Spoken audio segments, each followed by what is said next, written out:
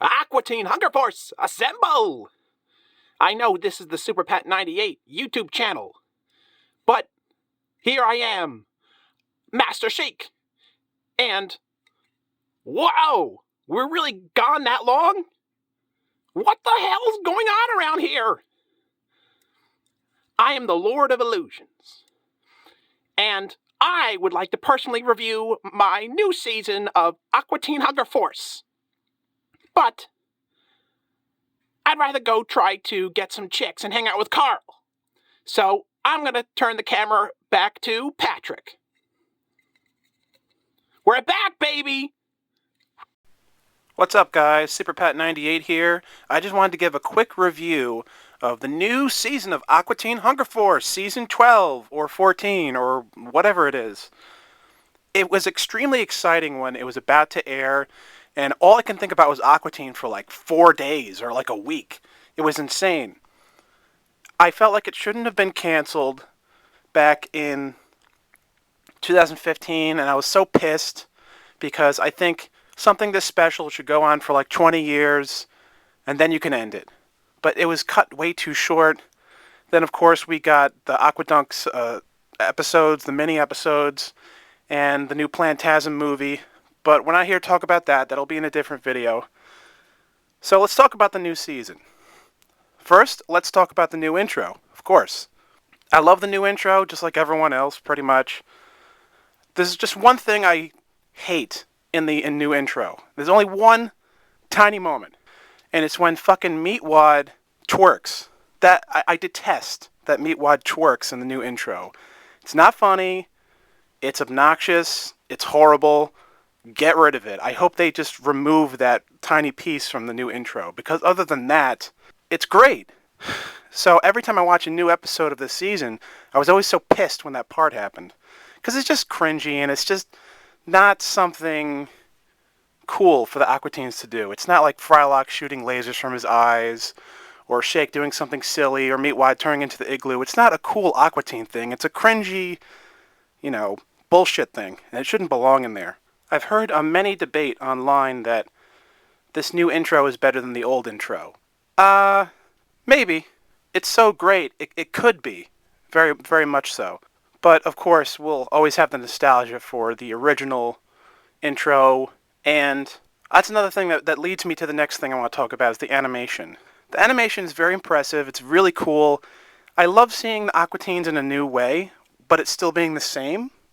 I do prefer the traditional classic Aqua Teen animation that they've been known for. I thought it made the show funnier, but not just funnier. It's just nostalgic, and the animation of Aqua Teen fit in with all the other Adult Swim TV shows back in the 2000s. But that time is nigh. That time is gone, guys. So, I mean, it's been so long since we had a new season of Aqua Teen.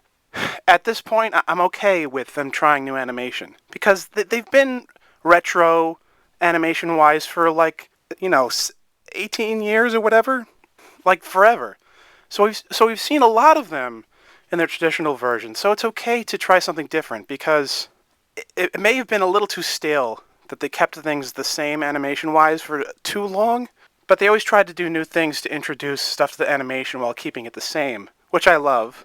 And I mean, I kind of want to take that back. It was never stale, because I loved that animation.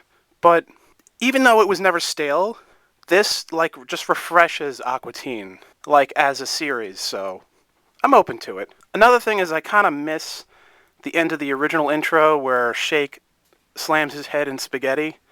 They could have kept that in, but still, the explosion at the end is still pretty cool, but it's just that was always part of the original intro. It would have been kind of neat to see it in this new animation, but it's whatever. Now let's talk about the episodes. Episode 1, Shaketopia. Gotta say, loves the animation in this one. They're definitely showing their muscles animation-wise in this one. The whole virtual reality thing, it's not like they haven't done an idea like this before. It kind of reminds me of the Brood Witch, only just like it's not terrifying, you know. And like when they're in virtual reality in this episode, it kind of feels like they're in another dimension. It has funny moments, and I love the fight between Meatwad and Shake. I thought that was the highlight of the episode. One little critique about this entire season I noticed is that Meatwad seems different. Like in this season, he seems like he says things that Meatwad would never normally say. Like he seems a little smarter in this season. And I don't know. I don't know if I like that. I thought it was better in the past where Meatwad was like this total dumbass. But whatever. I mean, I don't know. I hated some of the sexual humor in this Shaketopia episode. I thought it was too much. Like, I don't know. It just like irked me. Because it was already funny. You didn't have to don't do too much with the whole sexual humor thing. It's like, oh jeez. I would love to say that this is a great episode, and I know a lot of fans think it is, but I'm just going to say it's okay because of the stuff I was saying, and, I mean, yeah. Episode 2, A Quiet Shake. I love this episode. I thought it was better than the first one. I loved that the villain in this episode reminded me of Dr. Wongberger, and it felt like classic Aqua Teen again. It just seemed like we've seen this a million times before, and it's Aqua Teen, goddammit. But we love it. It made me feel like nostalgic. It was really interesting the way they did the plot. It felt like a piece to like an Aqua Teen movie. And I also liked the humor in the episode. The only thing I hated about the episode was like Carl's underwear being used in the episode and quite a bit.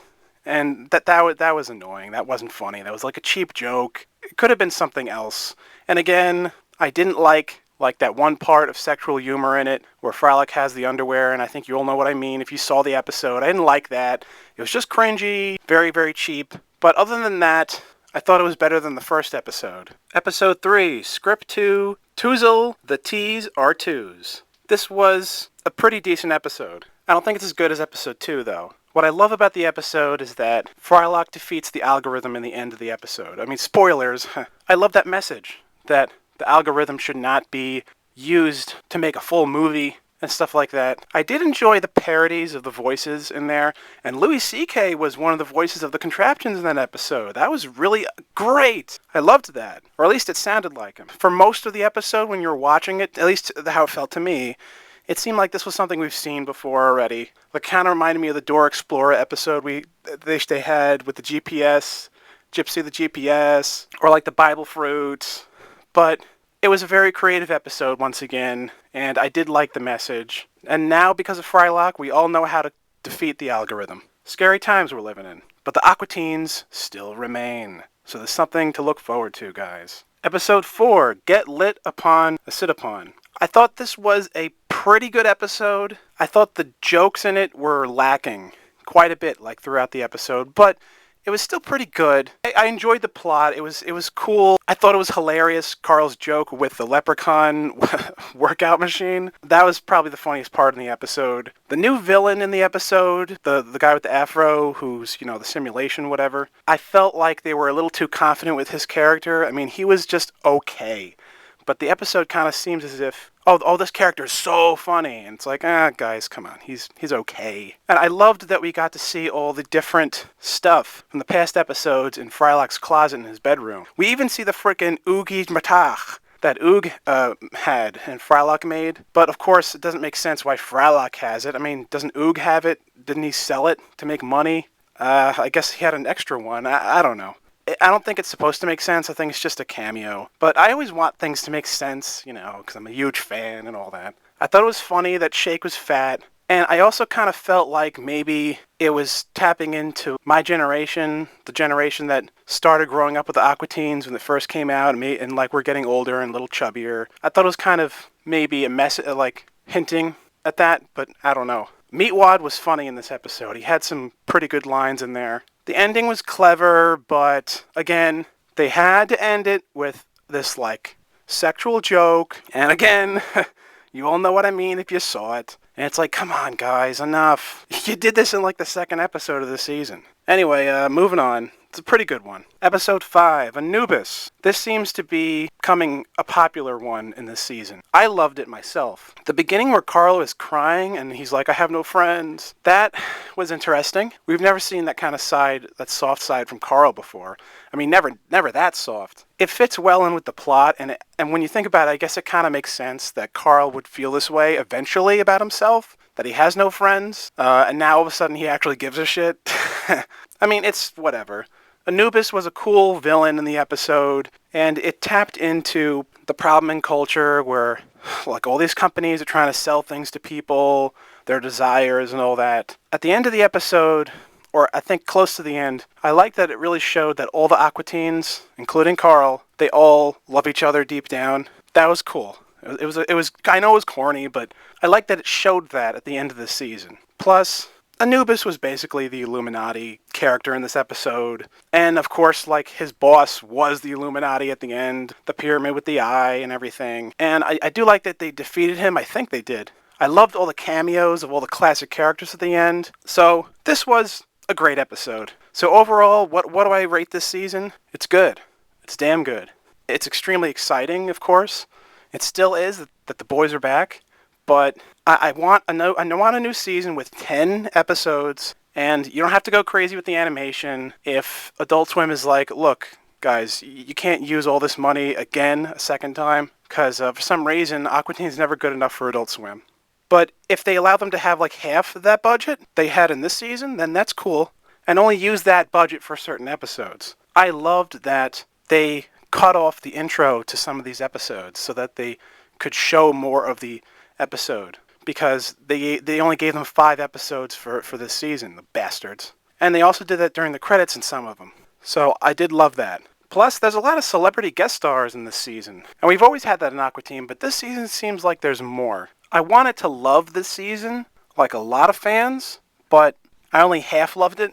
I think they could do better, but of course, this is like season 14 or whatever. It was still amazing, because it was seeing the Aqua Teen new animation.